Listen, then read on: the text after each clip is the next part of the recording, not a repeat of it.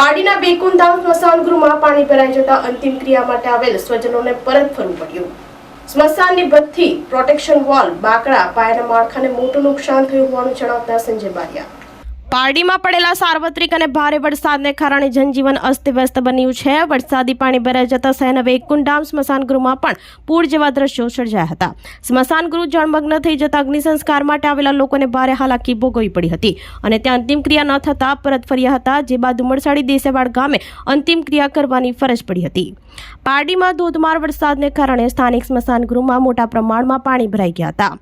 વેકુંધામ સ્મશાન પરિસરમાં આવેલા બેસવાના બાકડા પાણીમાં ગરકાવ થઈ ગયા હતા। સૌથી મોટી મુશ્કેલી ઊભી થઈ હતી કે પાણી ભરાવાને કારણે સ્મશાનની ભઠ્ઠીમાં પણ ભારે નુકસાન પહોંચ્યું હતું, તેમજ પ્રોટેક્શન વોલ, લાકડાની ભઠ્ઠી વગેરે નુકસાન થતા અંદાજે ₹10 લાખનું નુકસાન થયું હોવાનું સંજય બારિયાએ જણાવ્યું હતું।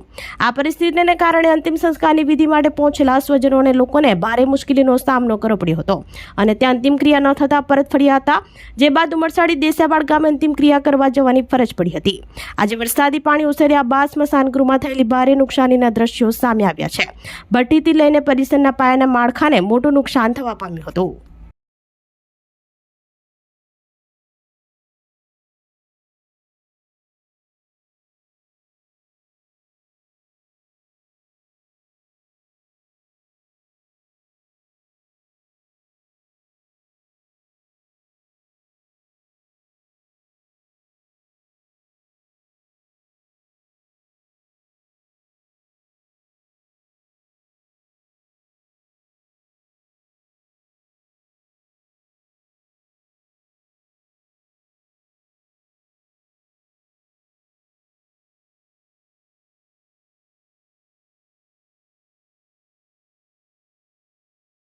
આપણી સંકલ્પ ન્યૂઝ ચેનલને સબસ્ક્રાઇબ અને લાઇક કરો, બેલ આઇકન દબાવો, જેથી આવનાર ન્યૂઝ અપડેટ્સની નોટિફિકેશન આપના મોબાઈલ પર સૌથી પહેલા પહોંચે।